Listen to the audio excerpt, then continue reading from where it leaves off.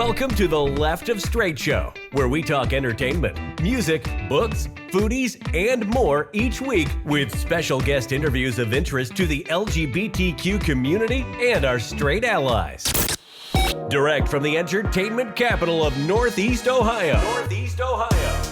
Your host, Scott Fullerton, chats with some of your favorite entertainers, celebrities, newsmakers, and behind-the-scenes people across the country and around the world who make it all happen. So sit back, grab your favorite beverage, and let's start talking.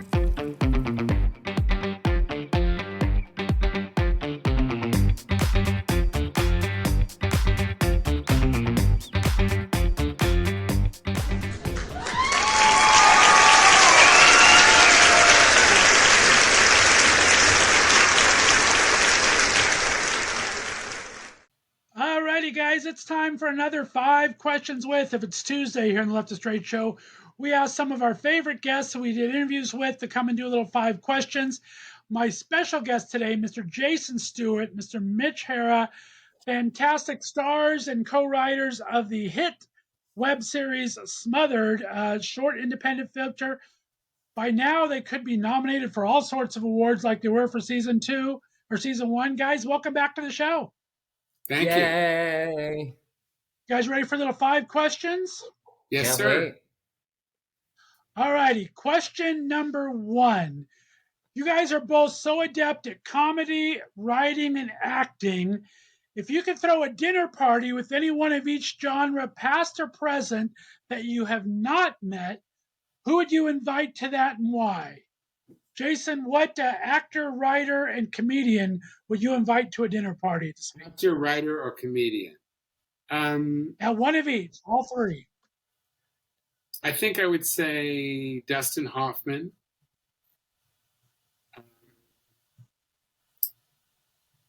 Oh, gosh. Morgan Freeman. And Barbara Streisand. Who would be a comedian you'd want to talk to? Oh. Anyone? I'd say Lily Tomlin.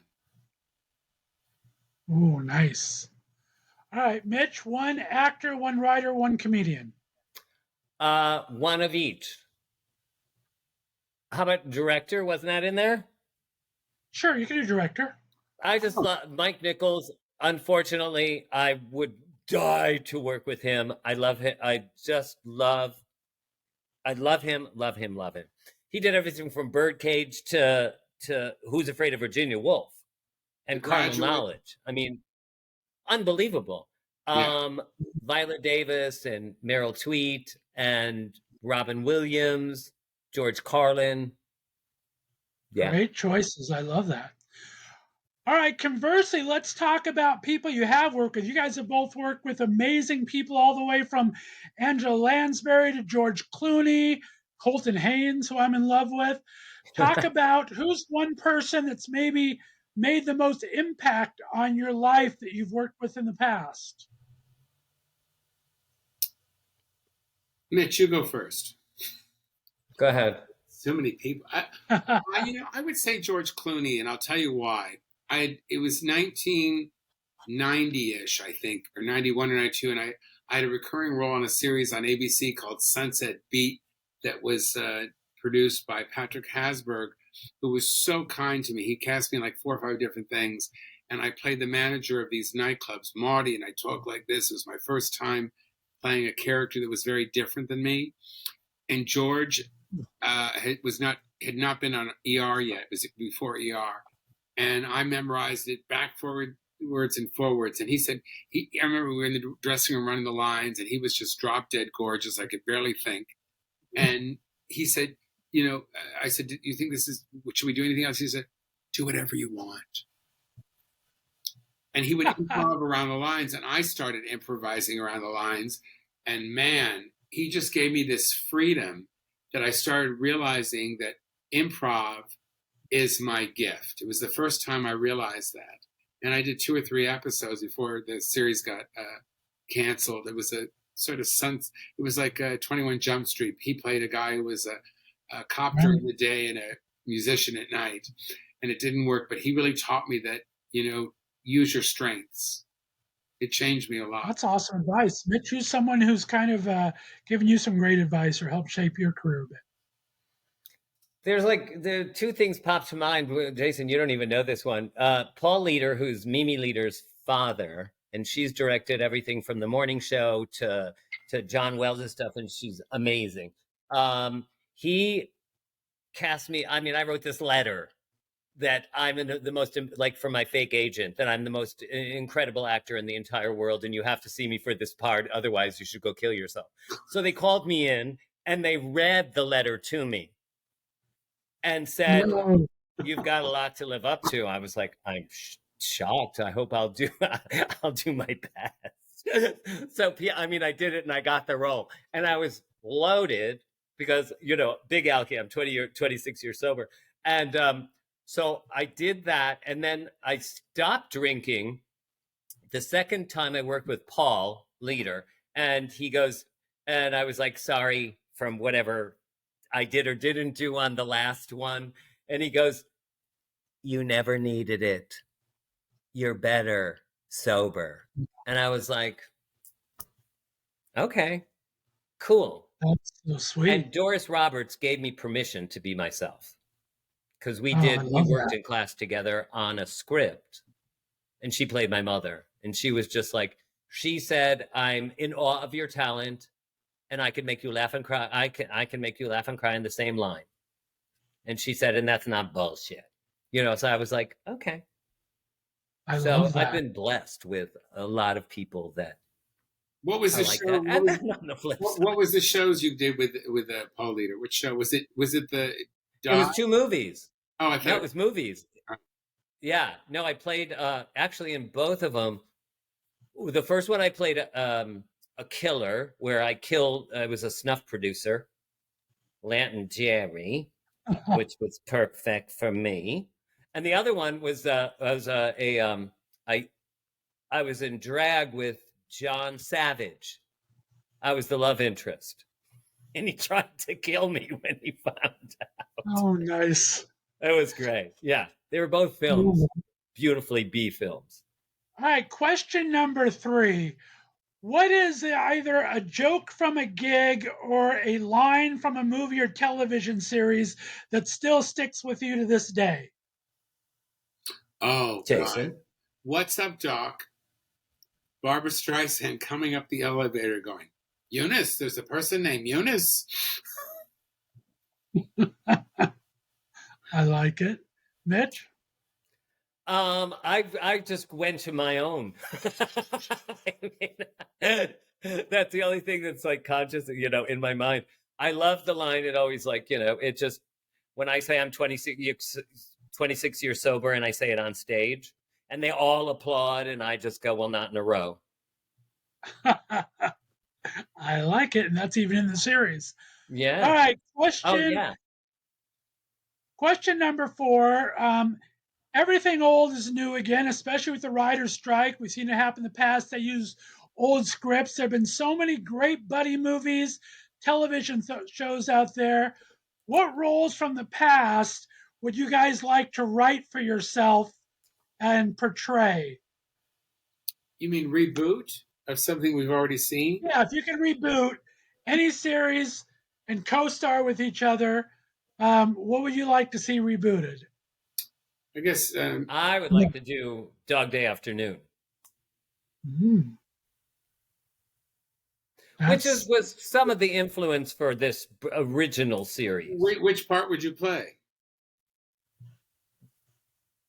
You're asking me. Oh, What do you think? His wife? You're Or no, there's joking. the guy, the Chris Sarandon. Why would I want to do a buddy movie? Yeah, you could do him. You do the wife, and I'll do Al Pacino. Buddy movie. Huh? It's not, Dog Day Afternoon is not a buddy movie. Yes, it is. It's the crazy one and Al Pacino. Yeah, but that's not. It's not even. There's a star, and then there's a supporting character. I think if I was going to redo a buddy movie, I'd do Dog Day Afternoon. I'm sorry. The first Lethal Weapon. The first Lethal Weapon. Wait. And I. Oh yeah. Oh, I would. Yeah, I would love that. And I would. Oh, you guys would be good in that. I play the Danny, Glover part. That would be amazing. I thought of that, but I also think, I love that would be great. Because it was the first. I love that movie. The original one? Oh, it's just so great. That would be amazing to see you guys in that. Oh my God, it would be everything. Playing the drug addict, crazy guy who wants to shoot himself. Yeah, with the gun in my mouth. I could play the family man who he's torturing. Right. We got a lot of experience. All right, last question. Question number 5. We're all men of a certain age here. We've been around the block in the world a bit. If money was no object and you were able to create the most perfect weekend for a date, where would you go? What would you eat? And what would have to be this man's best quality to be invited? Wow. When I heard that money thing, I thought it was going to be, what project would you create? Right. When we went to the love place. Right to the love. So yeah, we'll both go to the love boat. That's what we're going to do. Easy. We've got a love boat. Mitch will take the guy to Mykonos. 100%. Leave him on the beach and then walk off with someone else. And fuck his mother. No, I'm kidding.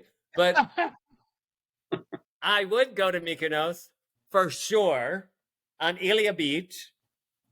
And they would have to be obsessed with me. Exciting, inspiring, hysterical, and great in bed. I mean, that would be a great date. Jason?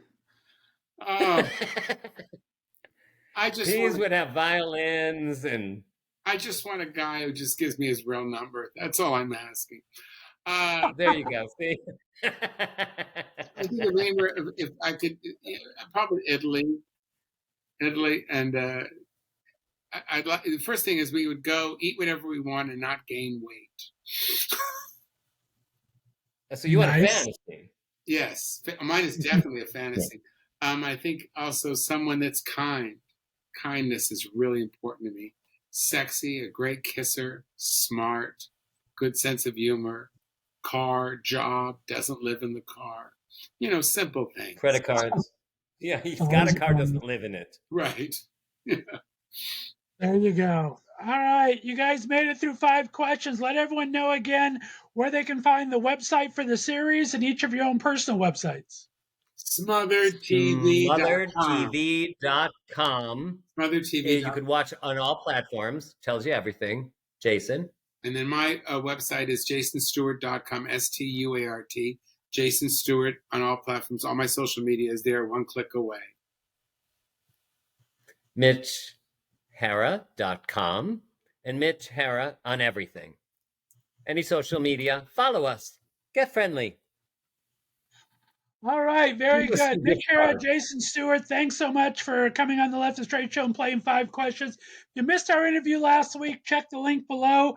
You can learn all about their amazing series, Smothered, now in season 2. Cliffhanger ending, great cast, great, a lot of guest stars for it. Guys, thanks for coming on the show. We appreciate it. Thanks for having me. Thanks, Scott. All right, stay on the line for me. Guys, we'll see you next week. If it's Tuesday, it's time for another 5 Questions With. You're listening to Left of Str8 Show right here on the Left of Str8 Radio Network. Bye-bye.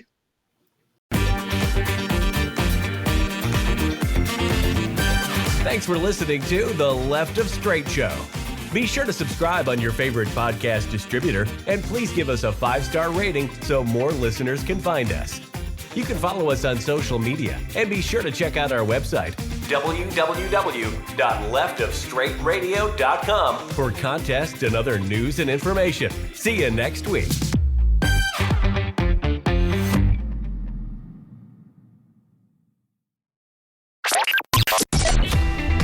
Welcome to the Left of Str8 Show, where we talk entertainment, music, books, foodies, and more each week with special guest interviews of interest to the LGBTQ community and our straight allies. Direct from the entertainment capital of Northeast Ohio. Your host, Scott Fullerton, chats with some of your favorite entertainers, celebrities, newsmakers, and behind-the-scenes people across the country and around the world who make it all happen. So sit back, grab your favorite beverage, and let's start talking.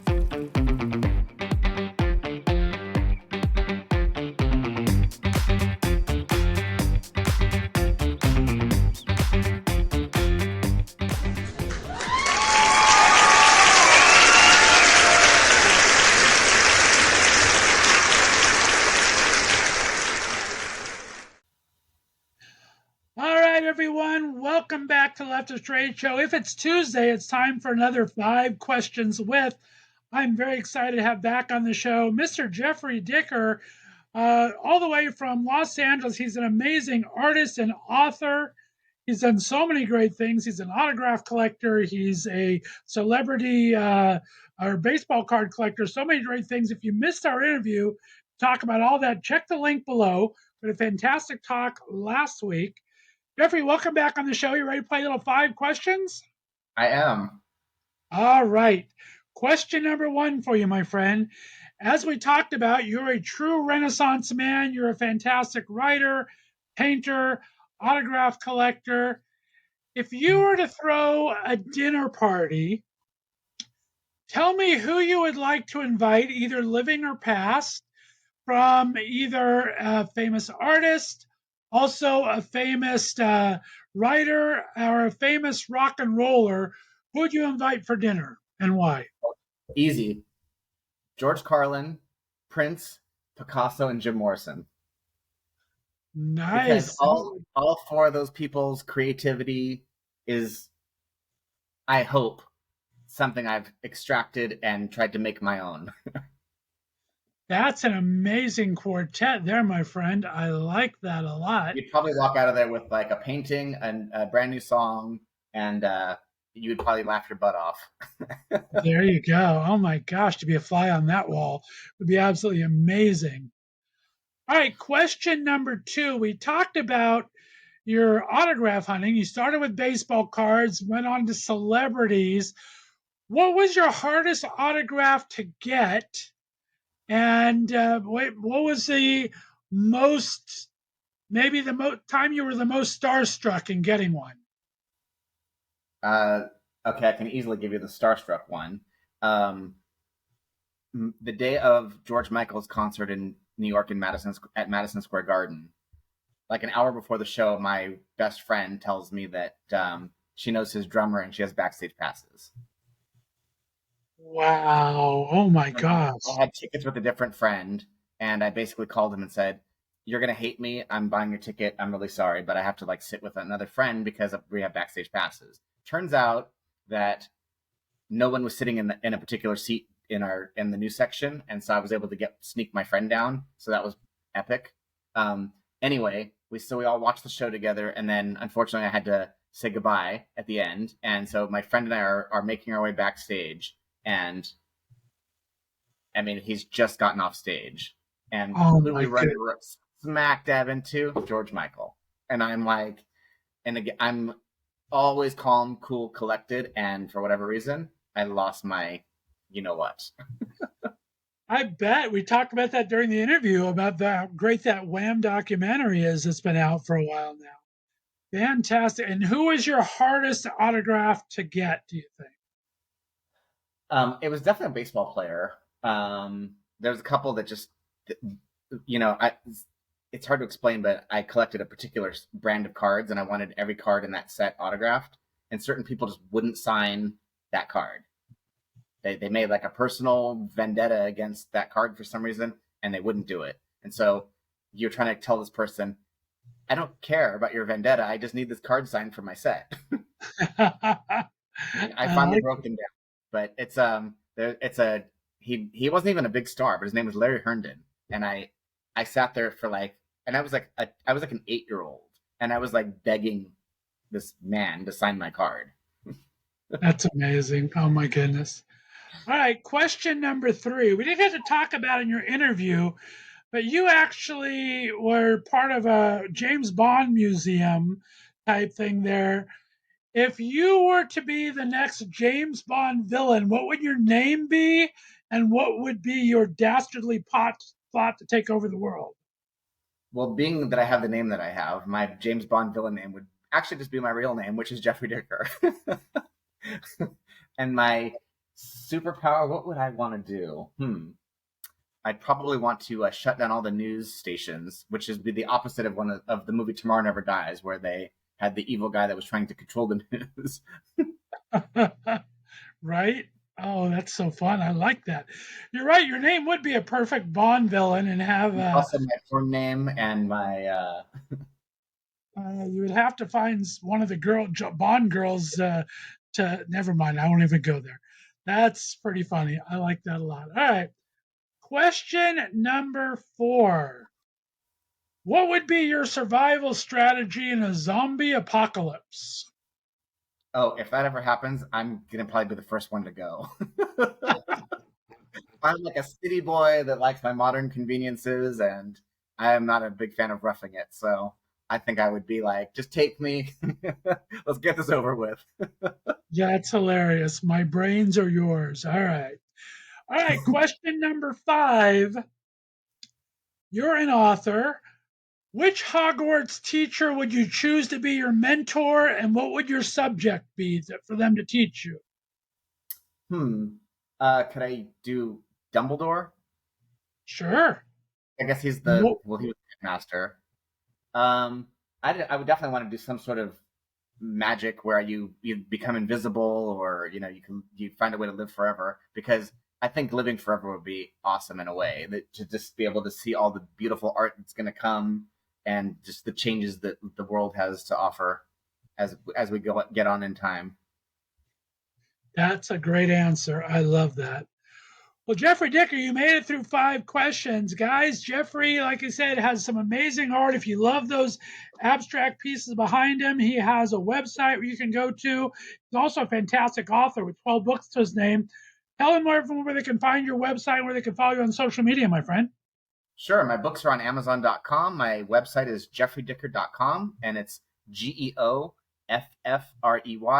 D like in David, ICKER.com. I'm on social media. My name is According to G, and it's the number 2. So ACCORDING 2 G.com, or just no .com there. So I'm on Twitter, Facebook, Instagram, and TikTok. No, I haven't done Threads yet. Fantastic. Well, Geoffrey Dicker, thank you very much for playing 5 questions. Guys, if it's Tuesday, we'll have another 5 questions with next time. Be sure to check out Geoffrey's website, and we will see you next time. Have a great day, everyone. Bye-bye.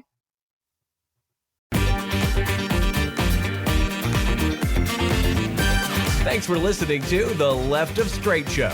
Be sure to subscribe on your favorite podcast distributor, and please give us a 5-star rating so more listeners can find us.